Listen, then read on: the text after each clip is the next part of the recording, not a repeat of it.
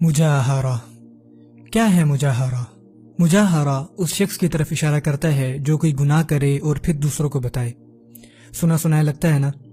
یہ چیز بہت عام ہے فیس بک اور باقی سوشل نیٹ ورکس پر۔ آپ صلی اللہ علیہ وسلم نے فرمایا، اور یہ حدیث بخاری اور مسلم میں مینشن ہے، ابی ہریرہ رضی اللہ تعالیٰ عنہ روایت کرتے ہیں، کل امتی معافی الا المجاہرین، میری امت میں ہر شخص، ہر مسلمان قیامت کے دن بچ جائے گا سوائے ایک گروپ کے۔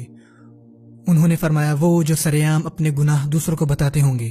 پھر انہوں نے آگے وضاحت کی، وَإِنَّ مِنَ الْمُجَاهَرَةِ أَن يَعْمَلَ الرَّجُلُ بِاللَّيْلِ عَمَلًا ثُمَّ يُصْبِحُ وَقَدْ سَتَرَهُ اللَّهُ فيقول يا فلان عملت البارحة كذا وكذا وقد بات يستره غبه ويصبح يكشف ستر الله عنه۔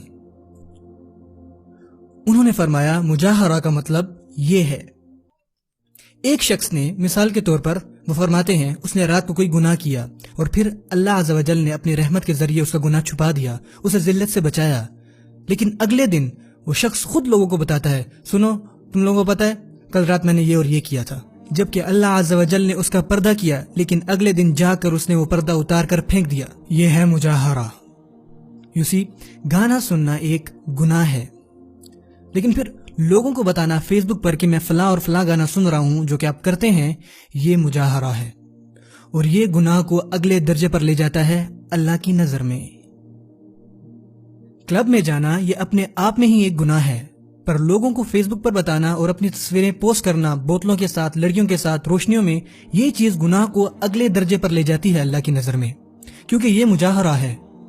سسٹر، آپ اپنے حجاب کے لیے اسٹرگل کر رہی ہوں گی، یا پھر خود کو پرفیوم یا میک اپ سے آراستہ نہ کر کے گھر سے نکلنے پر جدوجہد کر رہی ہوں گی۔ اللہ سے توبہ کریں اور اپنی حفاظت کریں، بجائے اس کے کہ اپنی تصویریں پوسٹ کریں۔ مجاہرہ ایک چھوٹے سے گناہ کو بہت بڑا بنا دیتا ہے، اور مجاہرہ اگر کوئی شخص اس پر جمع رہے تو ممکن ہے کہ وہ کفر میں مبتلا ہو جائے۔ کیونکہ اصل میں مجاہر کیا کہہ رہا ہوتا ہے؟ وہ بنیادی طور پر یہ کہہ رہا ہوتا ہے کہ اے اللہ، یہ آپ کے احکامات ہیں، میں نے ان کی نافرمانی کی اور مجھے اس کی کوئی پرواہ نہیں، اور میں یہ بات دنیا کو بھی بتاؤں گا کہ میں نے آپ کی نافرمانی کی ہے۔ یہ ہے وہ جو مجاہر کر رہا ہے، اور اسی لیے یہ چیز اتنی خطرناک ہے۔ اگر آپ کسی بھی گناہ میں مبتلا ہیں، چاہے وہ ہے اسموکنگ، شیشہ، music, pornography, women, lack of Islamic dress code, کوئی بھی گناہ جس میں میں اور آپ مبتلا ہیں، جس میں ہم نہ چاہتے ہوئے بھی مبتلا ہیں، veil yourselves my brothers and sisters, اور اپنے گناہوں پر روئیں اور ان کو دوسروں کو مت بتائیں۔